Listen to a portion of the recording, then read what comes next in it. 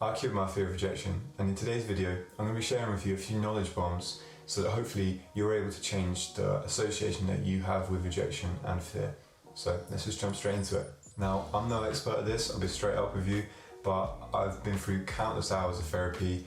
I've read countless books on the subject and just in self-development in general, and I've battled with my own anxieties and my own fears of rejection throughout my whole life.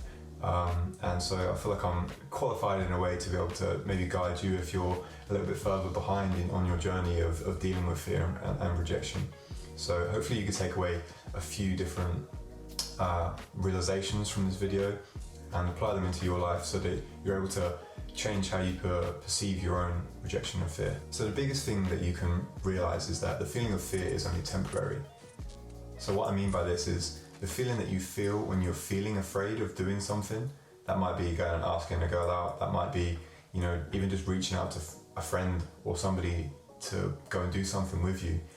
That feeling of fear that you get only lasts in that moment, but the feeling that you get, the feeling of helplessness that you didn't act on what you wanted to do, that lasts a whole lot longer.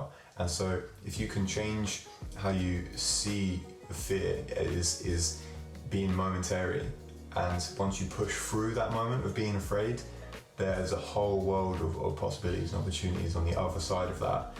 Once you can break through that barrier, you'll realize that it was just a silly feeling in the first place. So where does fear actually come from? Because in order to change how we relate to fear and how we relate to rejection specifically, you need to be able to understand where the fear comes from. And now from my personal experience, I believe that the fear comes from your lack of confidence in your ability to be able to manage the stuff that's coming at you in life.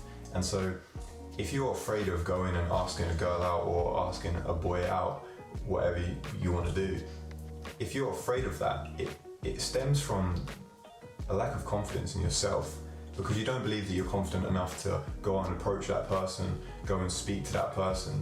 You don't feel like you're confident enough to be able to deal with what happens afterwards.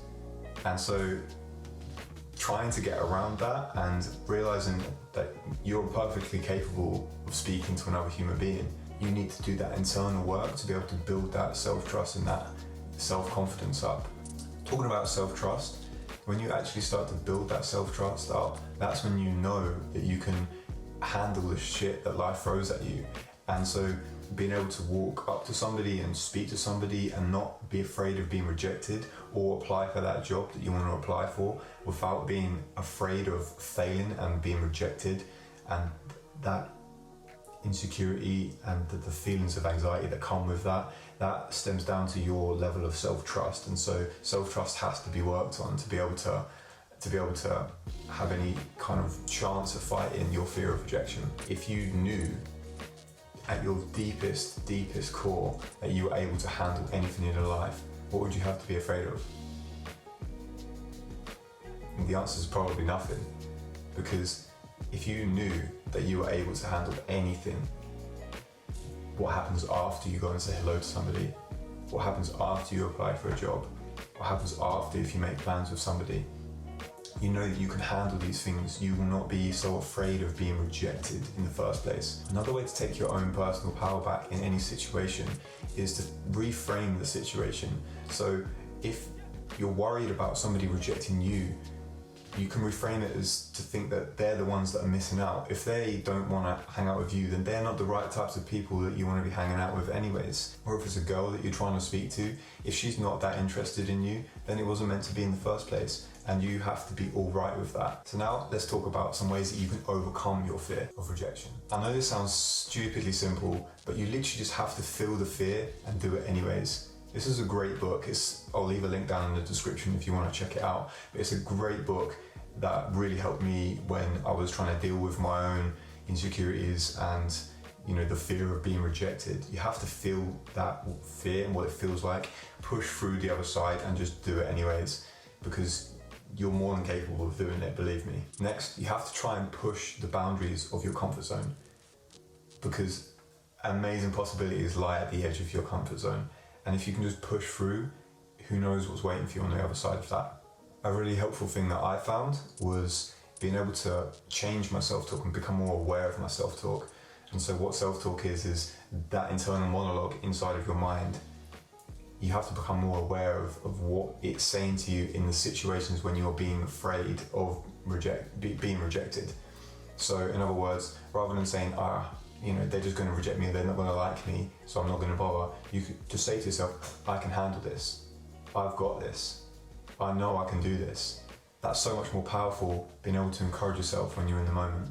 And the final thing that you can realize is that fear never goes away. The only thing that ever changes is your own ability to deal with the fear. And so understanding that you are not alone in feeling the fear, and that other people always feel fear of rejection. It's just how they are able to self-soothe and how they're able to handle it afterwards that sets themselves apart. So now I really hope you guys have taken some kind of value from this video. It's literally just my personal experiences and my personal anecdotes along the many hard years that it's taken me to kind of overcome my fear. And I basically just don't give a shit anymore. I don't care what people are going to think, because I'm comfortable and grounded in myself, and I know my value and my worth. And if people don't like me, then they don't like me. I'm fine with that, and I can move on with my life.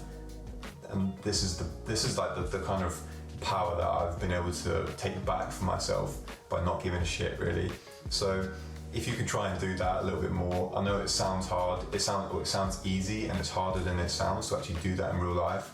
But if you just take little baby steps and you try and think about some of the things that I've been trying to break down into this video for you, even if you take away 1% of the information and actually use it, you might find that it has a massive impact on your life. So if you did like this video today, consider subscribing for more content like this. Like the video, it helps other people see it, it helps reach other people, it might help them as well. Join me on my journey of trying to be 1% better every single day, and hopefully I'll see you in the next one. Peace out.